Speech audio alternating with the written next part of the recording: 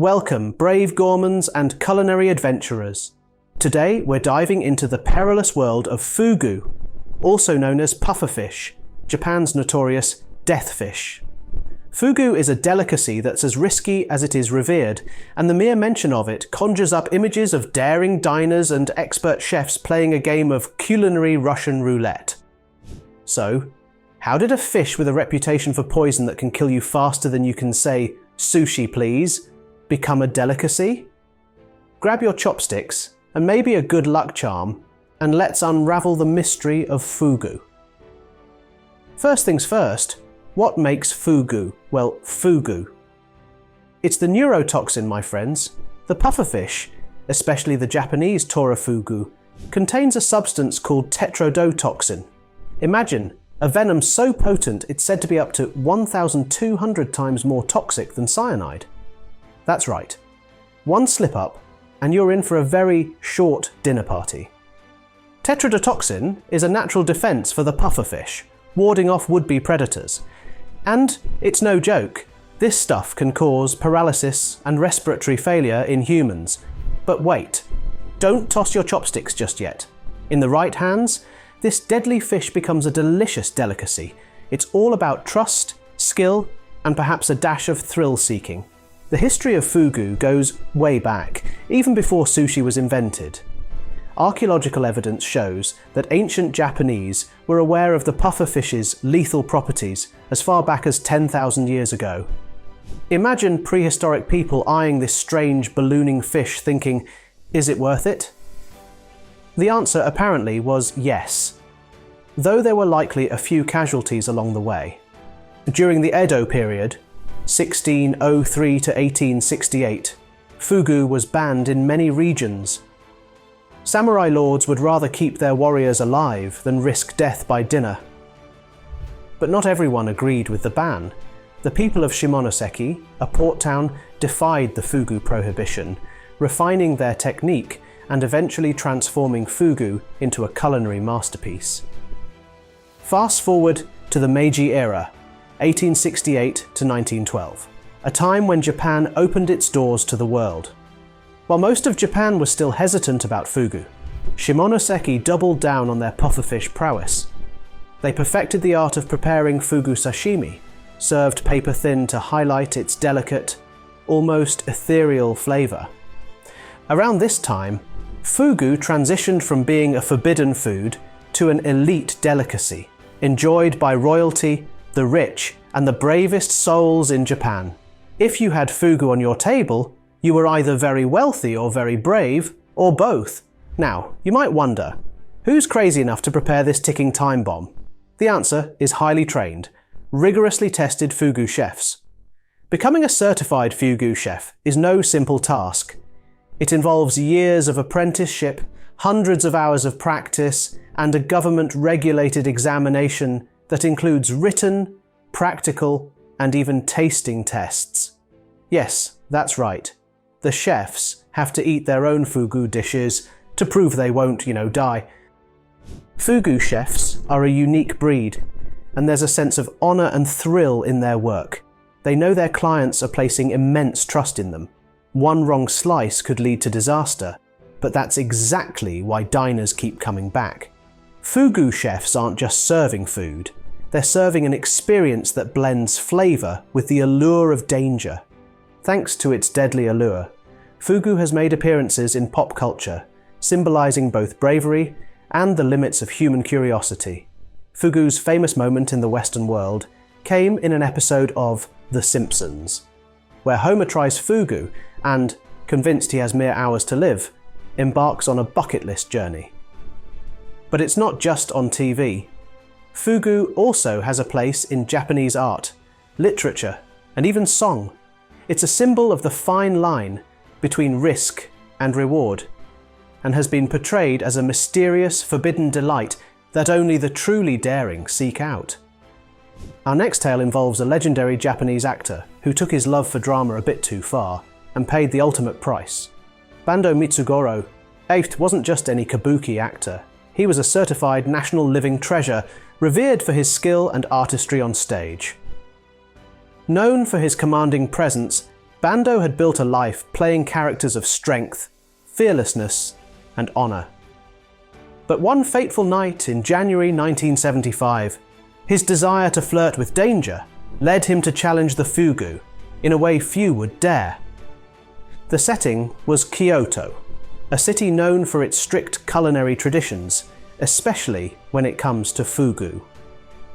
Bando decided to dine at a reputable restaurant, renowned for its pufferfish dishes. On the menu that evening, the forbidden Fugu liver. Now, to be clear, the liver of the pufferfish is banned in Japan due to its extreme toxicity. It's the most concentrated source of tetrodotoxin, a poison so potent that even a small bite could turn a grand banquet into a final feast. But Bando, ever the performer, thought he could handle it. In his mind, he was immune to the dangers of Fugu, impervious to poison. He didn't order just a small taste. Bando asked for 4 full portions of Fugu liver. Imagine the tension. The chef, bound by law and training, hesitant to serve him the lethal dish, warning Bando of the dangers. But Bando was insistent, certain that he was above the laws of nature. He ignored the chef's pleas, viewing the meal as a test of his mettle, and he wasn't about to back down. Each piece of liver was a culinary bombshell, ticking away with every bite. The effects began subtly, a slight tingle on Bando's lips and tongue, but within an hour, the tingling turned to a cold numbness that crept up his face and into his hands. His body, reacting to the tetrodotoxin, started to shut down, yet his mind remained completely conscious. This is the insidious nature of tetrodotoxin. It paralyzes the muscles while leaving the brain fully alert. Bando could feel everything happening to him, but was powerless to speak, scream, or move. As the numbness morphed into full paralysis, his breathing slowed. The poison spread through his bloodstream, silencing his muscles one by one. Within hours, Bandō Mitsugorō VIII lay motionless, his mind trapped within a body that would no longer respond. He was transported to a hospital, but there was no antidote for tetrodotoxin. All doctors could do was watch as the effects of the toxin took their inevitable toll. The kabuki star, who once defied death on stage, had ultimately met his end at the dinner table.